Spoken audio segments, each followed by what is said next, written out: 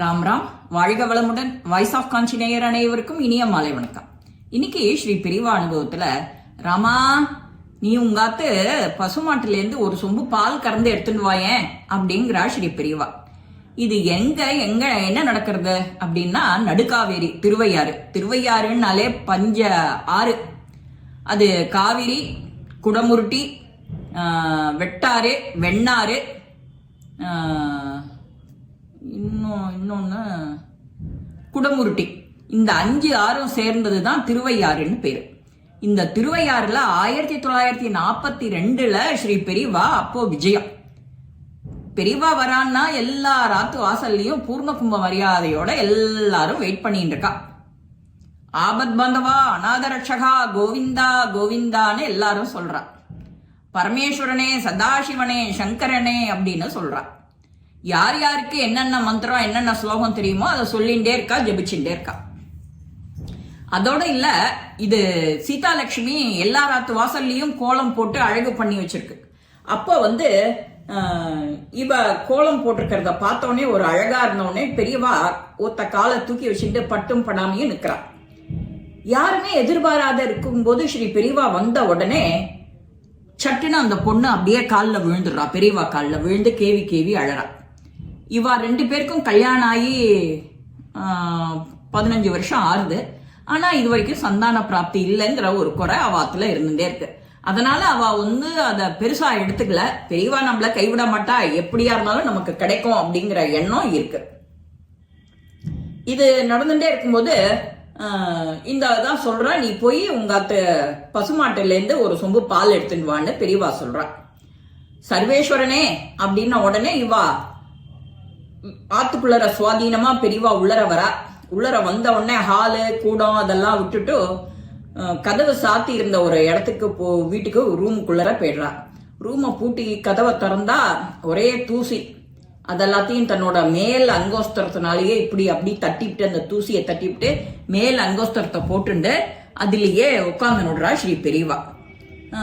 உட்காந்துன உடனே 2 நிமிஷம் அப்படியே தியானம் முடிச்சுட்டு வந்த உடனே, நீ போய் உங்க ஆத்துக்காரரை கூப்பிட்டுன்னு சொன்னேனே அப்படின்னு உடனே அவர் சொம்பு பாலோட வராரு. அவர் ஆத்துக்காரர் வந்த உடனே ஸ்ரீ பெரியவா அதை வச்சு அதுக்கு ஒரு 5 நிமிஷம் தியானம் பண்றார்.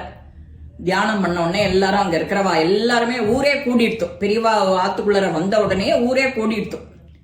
எதிர்பார்க்காத வந்துட்டார் வழியோ. இவாளும் ரொம்ப சந்தோஷம் அந்த சீதாராமனுக்கு. அவரு சீதாராமையர்னு பேரு. அவருக்கும் இந்த மாதிரி ரொம்ப அதிர்ச்சி வந்த உடனே, பெரியவா எப்போதும் நடுக்காவிரியில தங்கணும்னா இவாத்துல தங்கறது வழக்கம். வருஷம் இந்த நிகழ்வு உண்டு. இந்த தடவை வேற ஒரு ஆத்துல தங்கறதுக்கு ஏற்பாடாகி இருந்தது. இது இந்த தடவை எதிர்பாராத பெரியவா இவாத்து தங்குற ஆத்துக்கு போறதுக்கு முன்னாடி இவாத்துல கோலமும் பூர்ண கும்பமும் அதெல்லாம் வச்ச உடனே பெரியவா இவாளோட மனக்குறைய தெரிஞ்சுட்டா. அந்த பொண்ணு கேவி அழறத பார்த்தோன்னே இவரை சுவாதீனமா உள்ளர வந்துட்டார். இவாளுக்கு அனுகிரக மழை கொட்ட போறது. நீ அந்த பாலை எடுத்துன்னு போய் காவேரியில ஒரு இடத்துல ஊத்திட்டு மிச்ச பால் இருக்கும் இல்லையா, அத கரை ஓரமா ஊத்திட்டோ. அந்த கரை ஓரத்துல நீ எந்த இடத்துல ஊத்தினியோ அந்த இடத்துல தோண்டினாக்க ஒரு அஸ்திவாரம் கிடைக்கும். அந்த அஸ்திவாரத்துல ஒரு கோயில் எழுப்பு அப்படின்னு சொல்லிட்டு போயிடுறாங்க ஸ்ரீ பெரியவா. இதுதான் உனக்கான மருந்து அப்படின்னு. இவாளும் சந்தோஷமா, பெரியவா மேல அபரிமிதமான பக்தி குடும்பத்துக்கு எல்லாருக்கும். பெரியவா நம்மளை கைவிட மாட்டா, பெரியவா நம்ம கூடவே இருப்பாங்கிறது அவளுக்கு தெரியும். அதோட அவர் சொன்ன அடுத்த செகண்ட் அந்த சொம்பு பாலை எடுத்துட்டு இவா 2 பேரும் போறா. சீதாலட்சுமியும் ராமச்சந்திரனும். பேர் பொருத்தமே கனஜோரா இருக்கே அப்படின்பாலாம் ஒரு முறையும் ஸ்ரீ பெரியவா. இவா அதை செஞ்ச உடனே அந்த இடத்துல பெரியவா சொன்ன மாதிரி அதை நோண்டினாக்க கரெக்டா ஒரு அஸ்திவாரம்.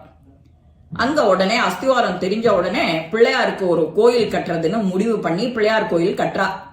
பிள்ளையார் கோயில் கட்டி அதுக்கு கும்பாபிஷேகம் பண்றா. அது பண்ணி முடிச்சு அடுத்த வருஷம் இவாத்துல குழந்தை இவளுக்கு சீதாலட்சுமிக்கு பிறந்த உடனே அவரை கணேசன்னு பேர் வைக்கிறா.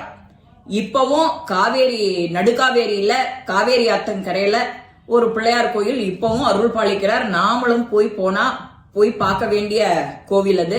ஸ்ரீ பெரியவா பாதம் பட்டு குடமுழுக்கு எல்லாம் பண்ணின இடம். அந்த கோவிலுக்கு வாய்ப்பு கிடைக்கிறவா அதை யூஸ் பண்ணிட்டு போயிட்டு வாங்குவோம். அவ அடுத்த தடவை பிள்ளையார போய் பெரியவாளை போய் பார்க்க போறா. என்ன இப்போ திருப்தி தானே அப்படிங்கிறா பெரியவா.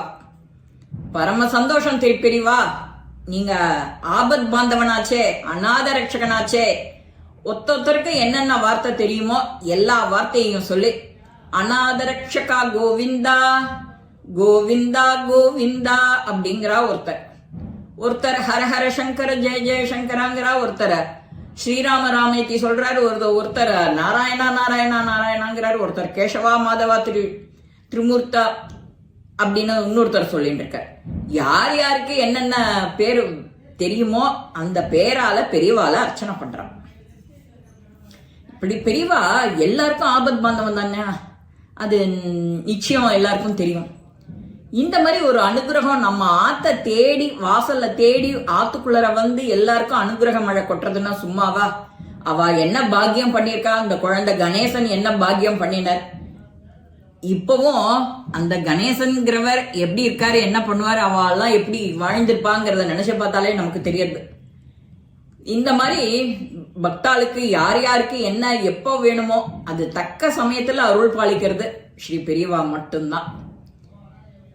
பெரியவா பெரியவா பெரியவான நாமளும் ஒரு காரியமும் செய்யும் போது இதை சொல்லிட்டு செய்யுங்கோ, நிச்சயம் அனுகூலம். இந்த பதிவு உங்க எல்லாருக்குமே பிடிச்சிருக்கோம். லைக் பண்ணுங்க, ஷேர் பண்ணுங்க, பெல் பட்டனை கிளிக் பண்ணுங்க, சப்ஸ்கிரைப் பண்ணுங்க, கமெண்ட்ஸ் பாக்ஸ்ல கமெண்ட்ஸ் போடுங்க. ஸ்ரீ மகா பெரியவா திருவடிகளே நல்லதே நடக்கும். ஆனந்தமா இருப்போம் நண்பர்களே. வாழ்க வளமுடன்.